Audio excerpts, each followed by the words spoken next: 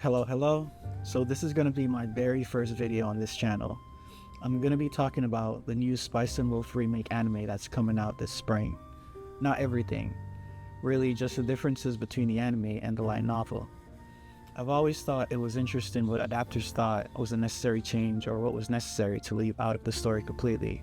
So this channel is mostly going to be about those changes or details removed from the original source material when it's being adapted onto the screen. I watched the original a few years after it came out in 2008. I actually watched it a few times. I don't remember a lot of the details. I don't even remember too much of the major plots. I just remember how much I adored this show.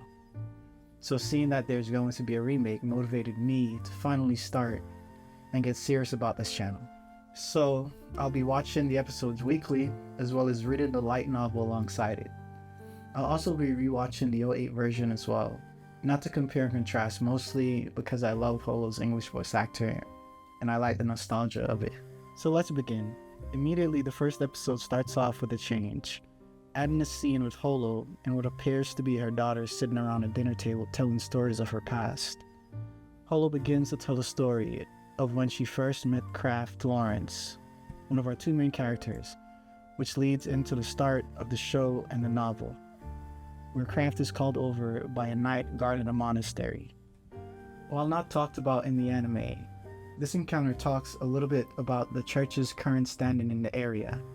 We learn that the church had been losing control of the area, losing its dignified air that it had with the people. Even the offerings they got from the people, which they could always rely on, wasn't meeting expectations. It was so bad that they had to petition monarchs of several nations for funds to support themselves. There were even open debates among philosophers and theologians about the nature of God growing more and more common. So because of this, the church was eager to hold inquisitions and try to convert as many non-believers as possible. I'm not sure how much the church will be involved, but it seems they may play an important role in the future. Lawrence then goes to Paslow Village, where Uri gets locked up in the barn for harvesting the last wheat stalk. He speaks to the chief, then leaves the village where he meets Holo sleeping in his cart. Everything is mostly the same until he meets Holo in his cart.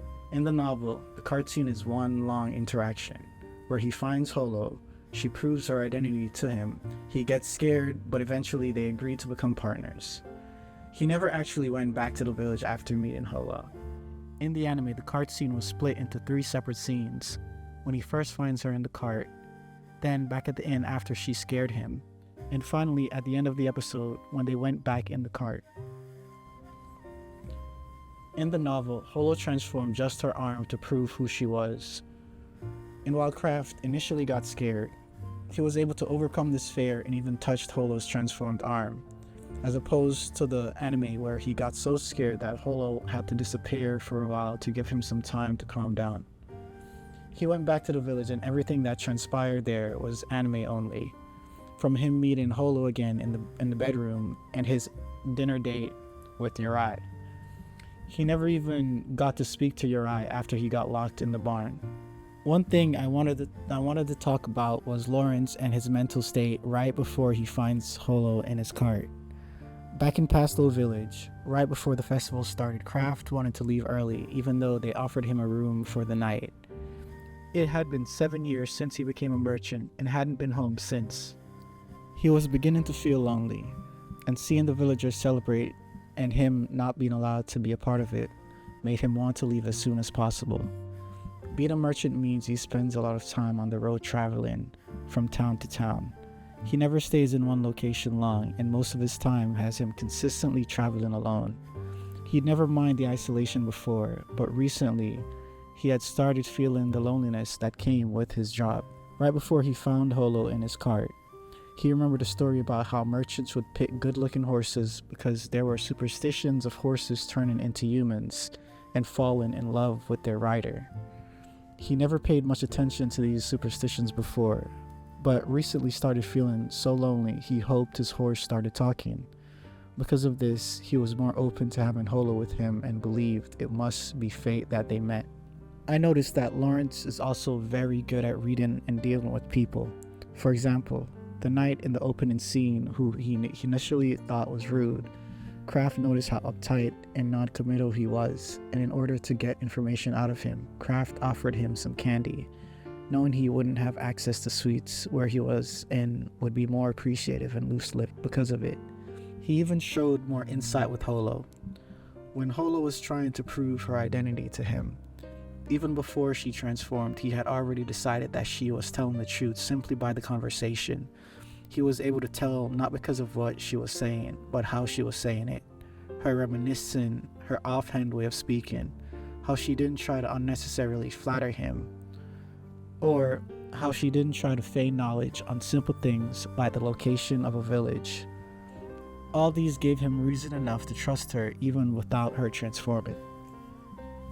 Finally, I wanted to mention a big change that is strictly in the 2008 anime. The 2008 anime didn't have Yurai in it at all.